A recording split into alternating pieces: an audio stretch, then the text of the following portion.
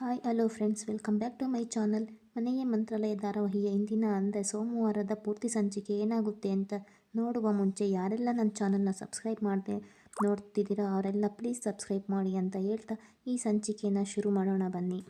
ಇಂದಿನ ಸಂಚಿಕೆಯಲ್ಲಿ ಪಲ್ಲವಿ ತಾಯಿ ಅಂದರೆ ರಾಜೇಶ್ವರಿ ತನ್ನ ಅಣ್ಣ ರಾಜೇಂದ್ರ ಪ್ರಸಾದ್ ಮನೆಗೆ ಬಂದು ತನ್ನ ಒಪ್ಪಿರುವ ಸಂಬಂಧದ ಬಗ್ಗೆ ಹೇಳುತ್ತಾಳೆ.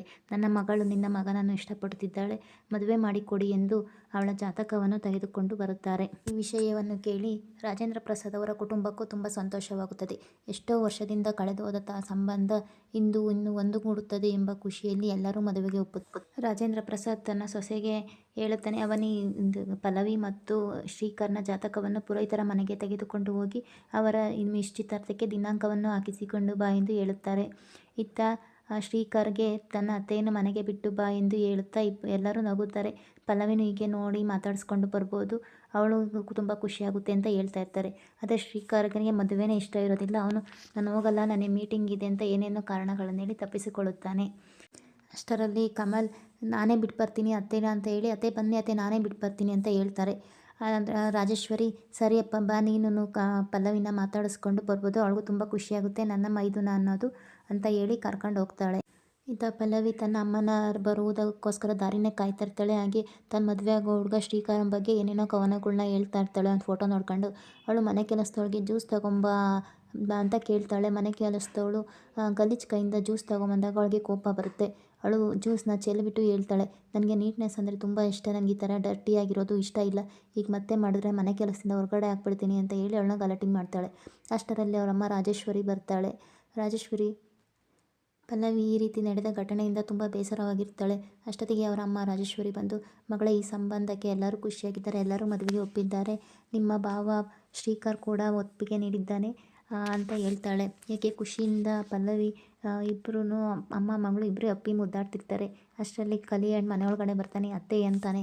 ಅವಳಿಗೆ ನೋಡ್ತಾಳೆ. ಪಲ್ಲವಿ ನೋಡಿದ ತಕ್ಷಣ ಅವನು ತುಂಬ ಗಲೀಜಾಗಿರ್ತಾನೆ. ಇದು ನೋಡಿ ಅವಳಿಗೆ ಪಲ್ಲವಿಗೆ ತುಂಬ ಕೋಪ ಬರುತ್ತೆ. ಯಾರೋ ನೀನು ಏನೋ ಮನೆ ಕೆಲಸದವನು ನಮ್ಮಮ್ಮನ ಅತ್ತೆ ಅಂತಿದ್ಯಾ, ಎಷ್ಟೋ ರೈಟ್ಸ್ ಇದೆ ನಿಂಗೆ, ಯಾರೋ ಕೊಟ್ಟರು ಅಂತ ಗಲಾಟೆ ಮಾಡ್ತಿರ್ತಾಳೆ. ಆವಾಗ ಪಲ್ಲವಿ ತಾಯಿ ಹೇಳ್ತಾಳೆ, ಅವನು ಮನೆ ಕೆಲಸದವನಲ್ಲಮ್ಮ, ಅವನು ನಿನಗೆ ಮೈದುನ ಆಗಬೇಕು, ಶ್ರೀಕರ್ ತಮ್ಮ ಕಮಲ್ ಅಂತ ಹೇಳ್ತಾಳೆ. ಇತ್ತ ಅವನಿ ಪುರೋಹಿತರ ಮನೆಗೆ ಪಲ್ಲವಿ ಮತ್ತು ಶ್ರೀಕರ್ ಜಾತಕ ತಗೊಂಡು ಹೋಗ್ತಾಳೆ. ಪುರೋಹಿತರು ಬನ್ನಿ ಅಮ್ಮ, ಯಾಕೆ ಬರೋಕ್ಕೆ ಹೋದ್ರಿ, ಫೋನ್ ಮಾಡಿದರೆ ನಾನೇ ಬರ್ತಿದ್ದೆ ಅಲ್ವಾ ಅಂತ ಹೇಳಿ ಅವಳನ್ನ ಒಳಗಡೆ ಕರೆದು ಕೇಳ್ತಾರೆ. ಏನು ವಿಷಯ, ಏನಾದ್ರು ಕೆಲಸ ಆಗಬೇಕಿತ್ತ ಅಂತ ಕೇಳ್ತಾರೆ. ಅದಕ್ಕೆ ಅವನಿ ಹೇಳ್ತಾಳೆ, ಹೌದು ಪುರೋಹಿತರೆ, ನಮ್ಮ ಎಷ್ಟೋ ದಿವಸದಿಂದ ಕಳೆದೋಗಿದ್ದ ಸಂಬಂಧ ಇವಾಗ ಒಂದಾಗ್ತಿದೆ. ನನ್ನ ಮೈದನ ಶ್ರೀಕರ್ ಜಾತಕ ಮತ್ತು ಇದು ನಮ್ಮ ಚಿಕ್ಕಮ್ಮನ ಮಗಳು ಪಲ್ಲವಿ ಜಾತಕ, ಇವರಿಬ್ರದ್ದು ಜಾತಕ ಸರಿ ಹೋಗುತ್ತಾ ನೋಡಿ, ಅವ್ರಿಗೆ ನಿಶ್ಚಿತಾರ್ಥಕ್ಕೆ ಡೇಟ್ ಹಾಕ್ಕೊಡಿ ಅಂತ ಕೇಳ್ತಾಳೆ.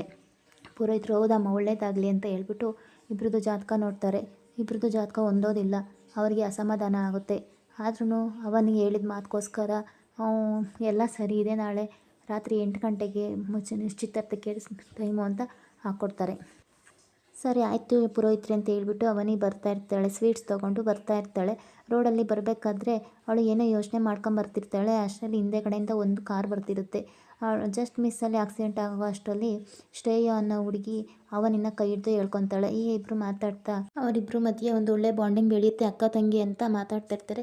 ಇತ್ತ ನೀನೇನು ಕೆಲಸ ಮಾಡ್ತಿದ್ಯಾ ಏನು ಅಂತ ಕೇಳಿದಾಗ ಶ್ರೇಯ ಹೇಳ್ತಾಳೆ, ನಾನು ಏನು ಕೆಲಸ ಮಾಡ್ತಿಲ್ಲ, ನಾನು ಸದ್ಯಕ್ಕೆ ಲವ್ ಮಾಡ್ತಾಯಿದ್ದೀನಿ ಶ್ರೀಕರ್ ಅನ್ನೋ ಹುಡುಗನ ಅಂತ ಹೇಳ್ತಾಳೆ. ಅವನಿಗೆ ಶಾಕ್ ಆಗುತ್ತೆ. ಹೌದಾ, ನಮ್ಮ ಇದನ್ನ ಹೆಸರು ಶ್ರೀಕರ್, ನಾಳೆ ಅವನದೇ ಎಂಗೇಜ್ಮೆಂಟ್ ಇರೋದು, ನೀನು ತಪ್ಪದೆ ನೀನು ಬರಬೇಕು ನಿಶ್ಚಿತಾರ್ಥಕ್ಕೆ ಅಂತೇಳಿ ಹೊರಡ್ತಾಳೆ. ಇತ್ತ ಶ್ರೀಕರ್ ಮತ್ತು ಅವನ ತಂಗಿ ಇಬ್ಬರು ಮಾತಾಡ್ತಾ ಇರ್ತಾರೆ.